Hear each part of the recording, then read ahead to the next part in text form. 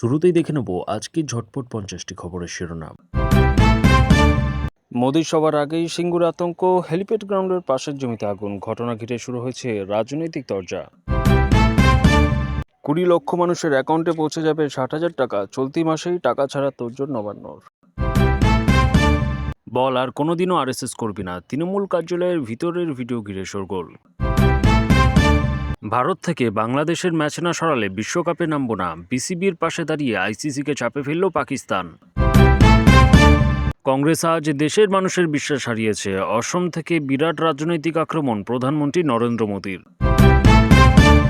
সরস্বতী পুজোয় বৃষ্টিতে ভাসবে দক্ষিণবঙ্গ, আজ থেকেই আবহাওয়ার পরিবর্তন দেখবে রাজ্য। ঝাড়খণ্ডে ভয়াবহ পথ দুর্ঘটনা, বরযাত্রী বোঝাই বাস উল্টে মৃত অন্তত ৭, আহত ৮০। হিন্দি ভাষাগুলোকে বিশেষ সম্মান, নতুন সাহিত্য পুরস্কারের ঘোষণা করলেন স্ট্যালিন। গণতন্ত্র ও তদন্তকারী সংস্থার ভূমিকা নিয়ে দেশজুড়ে বিতর্ক, সুপ্রিম কোর্টের দিকে তাকিয়ে মমতা বন্দ্যোপাধ্যায়। ভারতের পরিকাঠামোতে জোর, রেল, সড়ক ও শিল্পে হাজার হাজার কোটি টাকার প্রকল্প একসঙ্গে চালু।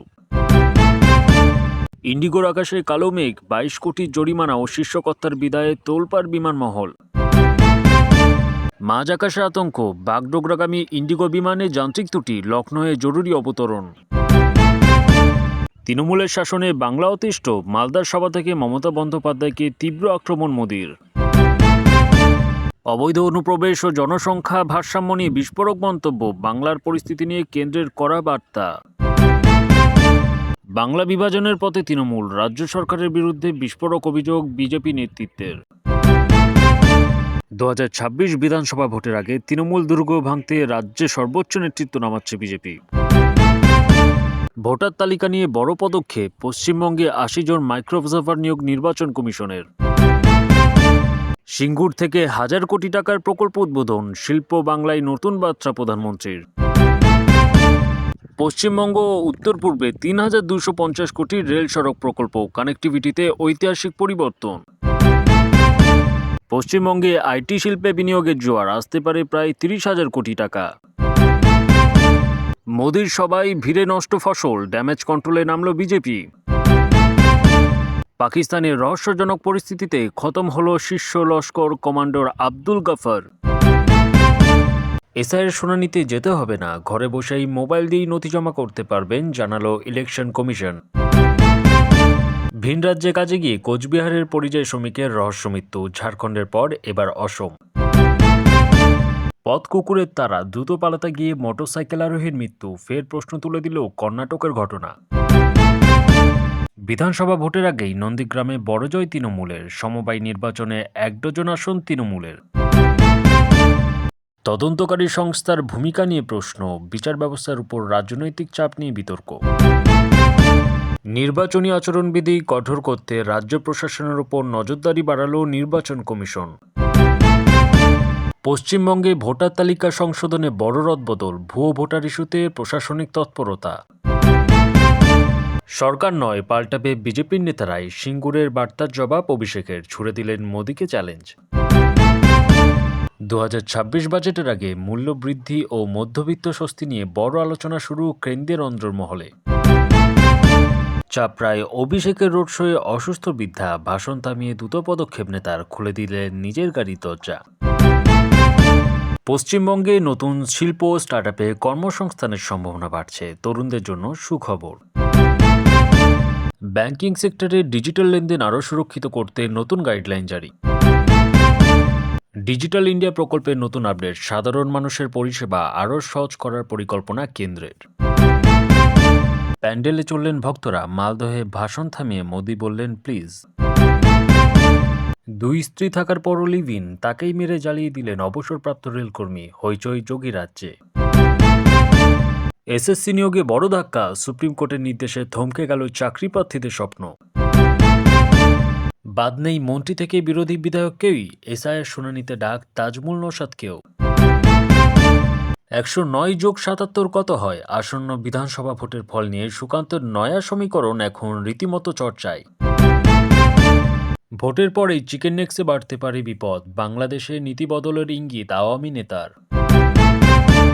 বাংলায় ৬০ থেকে ৮ দফায় নির্বাচন করার সময় নেই, জানিয়ে দিল ইলেকশন কমিশন। এই হামলা বন্ধ হওয়া দরকার, বেলডাঙ্গার মৃত পরিযায়ী শ্রমিকের বাড়ি থেকে বেরিয়ে জানালেন ইউসুফ পাঠান। আইপ্যাক বিতর্কের মধ্যেই কলকাতায় সক্রিয় ইডি, প্রায় ২৮০০ কোটির ব্যাংক জালিয়াতি মামলায় গ্রেপ্তার ব্যবসায়ী। হিয়ারিংয়ে ডাক পড়তেই তুললেন বিরাট অভিযোগ, এসআইআর শুনানিতে এবার আরও এক তৃণমূল সাংসদ। এসসি এসটি ওবিসি মেয়েদের ধর্ষণ করলে তীর্থযাত্রার পুণ্য হয়, দাবি কংগ্রেস বিধায়কের।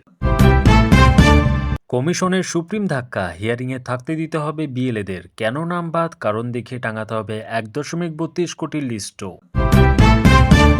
আজ কোর্টে হারালাম, এপ্রিলে ভোটে হারাবো, সুপ্রিম কোর্টের এসআইআর নির্দেশের পরই গর্জে উঠলেন অভিষেক। ভারতের জলসীমায় ঘুরঘুর করছিল ট্রলার নিয়ে, সীমা অতিক্রম করতেই বাংলাদেশিদের বুঝিয়ে দিল ভারতের বাহিনী। এবার আসি বিস্তারিত খবরে, তবে তার আগে আপনাদের কাছে একটি অনুরোধ করব, আমাদের চ্যানেলটিকে সাবস্ক্রাইব করে আমাদের পাশে থাকুন। পশ্চিমবঙ্গের ভোটার তালিকা সংশোধন নিয়ে গত কয়েক মাস ধরে যে টানটান উত্তেজনা চলছিল, তাতে এক বড়সড় মোড় এলো। লজিক্যাল ডিসক্রিপেন্সি বা ভোটার তালিকায় অসঙ্গতির নামে সাধারণ মানুষের হয়রানি বন্ধ করতে এবার কড়া নির্দেশ দিল দেশের সর্বোচ্চ আদালত।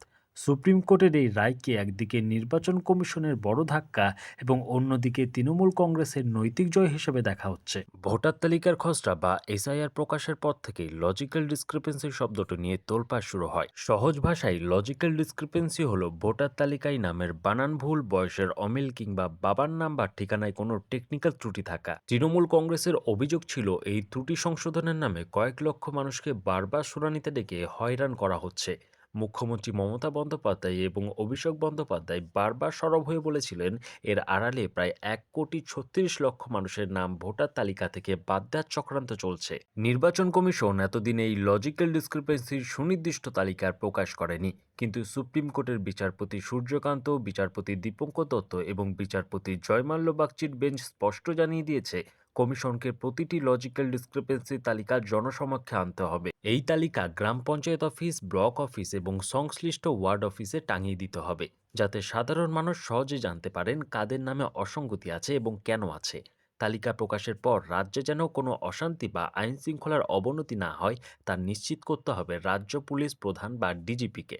আদালতের এই রায়ের পর বারাসাতের সভা থেকে আক্রমণাত্মক মেজাজে ধরা দেন তৃণমূলের সর্বভারতীয় সাধারণ সম্পাদক অভিষেক বন্দ্যোপাধ্যায়। সুপ্রিম কোর্টের এই নির্দেশকে জনগণের জয় হিসেবে ব্যাখ্যা করে তিনি বলেন, যারা বাংলার মানুষের ভোটাধিকার কেড়ে নিতে চেয়েছিল তাদের মুখে থাপ্পড় মেরেছে আদালত।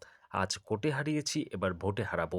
তিনি সরাসরি প্রধানমন্ত্রী নরেন্দ্র মোদীকে আক্রমণ করে অভিযোগ করেন যে বিজেপিকে যারা ভোট দেয় না, পরিকল্পিতভাবে সেই ১ কোটি মানুষের নাম তালিকা থেকে বাদ দেওয়ার ছক কষা হয়েছিল। কিন্তু বাংলার মানুষ মেরুদণ্ড বিক্রি করতে জানে না। নির্বাচন কমিশনের জন্য এই রায় যেমন অস্বস্তি, তেমনি সাধারণ ভোটারদের জন্য বড় স্বস্তি, কারণ এখন আর অন্ধকারের মধ্যে কোনো নাম বাদ যাবে না, সবটাই হবে স্বচ্ছভাবে এবং সাধারণ মানুষের চোখের সামনে। কেন্দ্রের সঙ্গে সংঘাতের আবহে রাজ্যের গরিব মানুষের মাথার ওপর ছাদ নিশ্চিত করতে বড় পদক্ষেপ নবান্নের। এবার বাংলার বাড়ি প্রকল্পে উপভোক্তার সংখ্যা এক ধাক্কায় অনেকটা বাড়িয়ে দিল মমতা বন্দ্যোপাধ্যায় সরকার। কবে মিলবে প্রথম কিস্তির টাকা, কারা নতুন করে তালিকায় নাম তুলবেন? নবান্নের সূত্রে খবর, আগে ঠিক ছিল মোট ১৬,০৫,০০০ পরিবারকে বাড়ি তৈরির টাকা দেওয়া হবে, কিন্তু বর্তমানে সেই তালিকায় আরও ৪ লক্ষ উপভোক্তার নাম যুক্ত করা হয়েছে।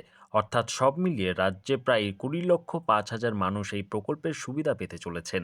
রাজ্য সরকার সূত্রে জানা গিয়েছে, সরাসরি মুখ্যমন্ত্রী হেল্পলাইনে গত কয়েক মাসে অগণিত মানুষ বাড়ি না পাওয়ার অভিযোগ জানিয়েছিলেন। মুখ্যমন্ত্রী মমতা বন্দ্যোপাধ্যায়ের নির্দেশে সেই অভিযোগগুলি খতিয়ে দেখা হয়। এরপর যাচাই বা স্ক্রিনিং প্রক্রিয়ার মাধ্যমে যোগ্য আরও ৪ লক্ষ মানুষকে এই তালিকায় অন্তর্ভুক্ত করার সিদ্ধান্ত নেওয়া হয়েছে।